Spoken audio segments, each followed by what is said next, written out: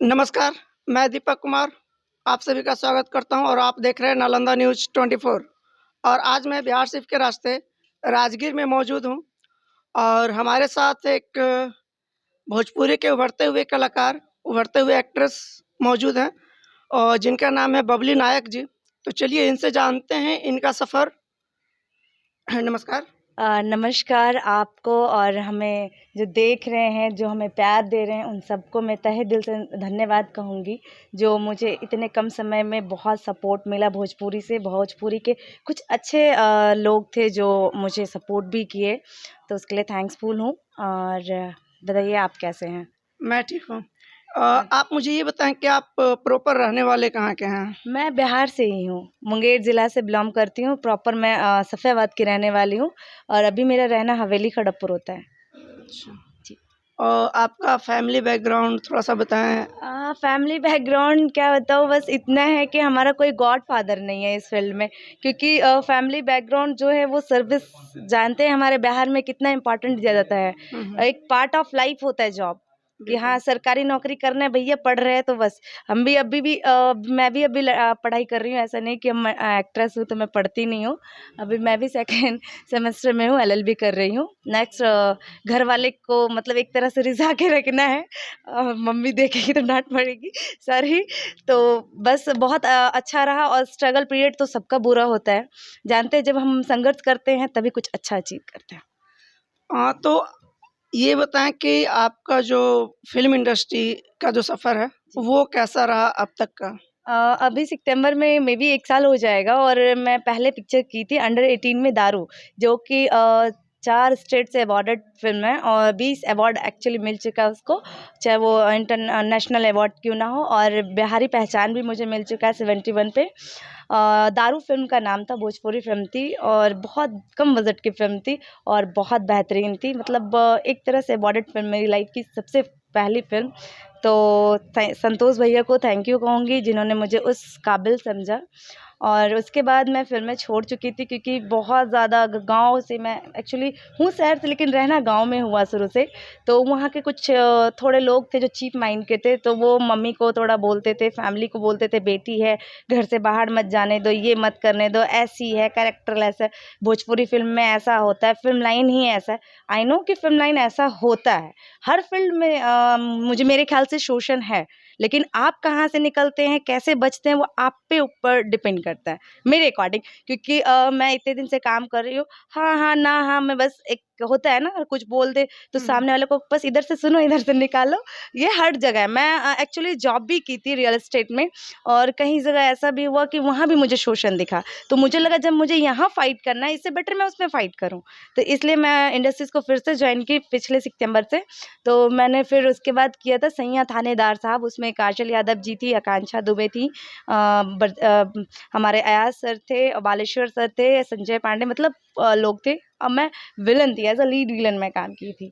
फिर come back की, और उसके बाद फिर मैंने सेकंड फिल्म की बन जा तू मेरी रानी, उसमें भी सब अच्छे मार्केट से थे। उसके बाद मैंने फिल्म किया दंडधीश, उसके बाद मैंने किया कल्लू की दुल्हनिया, उसमें आप लोग के नज़र में होगा कि उसमें साथ हीरोइन थी।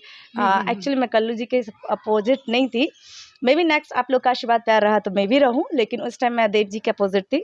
और उसके बाद मैंने फिर फरवरी में फ़िल्म किया सबसे बड़ा हत्यारा, और राजनंदनी के लिए साइन की गई हूँ। और 3-4 फ़िल्में जो मैं साइन की हूँ, जो अभी शूट होने वाली है। अभी लेटेस्ट और भी लाडो फ़िल्म लास्ट था, अभी 1 महीना पहले मैंने लाडो किया था, यश मिश्रा जी का फ़िल्म।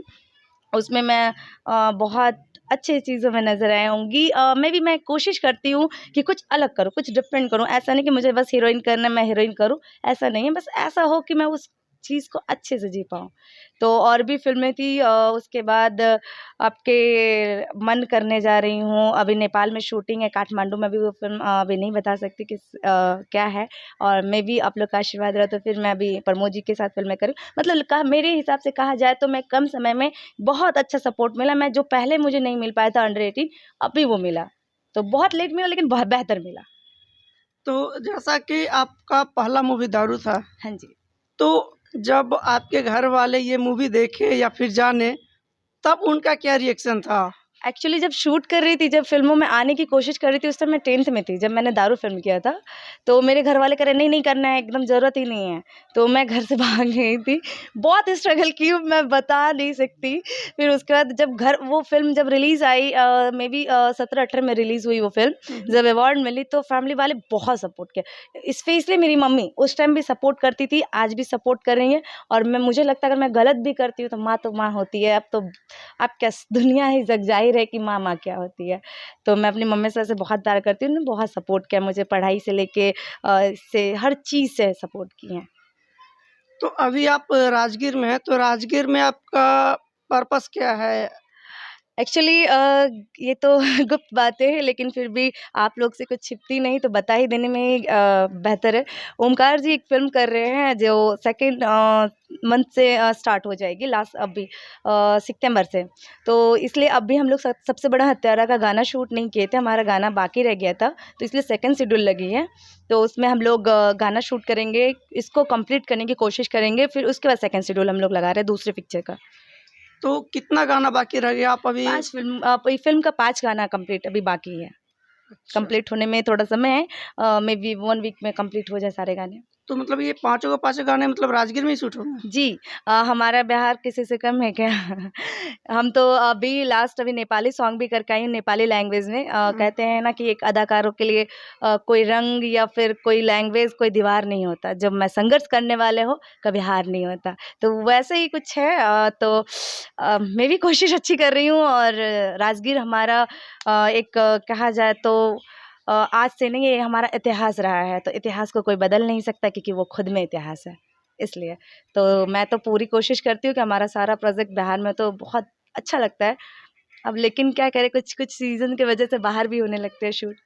तो जाते-जाते आप दर्शकों को क्या कहना चाहेंगे? ये कहना चाहेंगे कि कोई भी बच्चा, कोई भी माँ-बाप अपने बच्चों पे कभी ये ना थोपे कि आप क्या करना चाहते हैं, नहीं करना चाहते हैं, आप क्या करवाना चाहते हैं, डज़न्ट मैटर।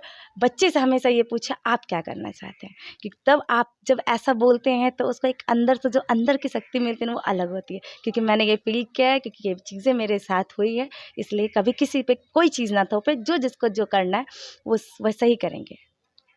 और सबको नमस्कार और थैंक यू सो मच जो आप लोग ने इतना वक्त दिया, मुझे सुना, उसके लिए शुक्रिया।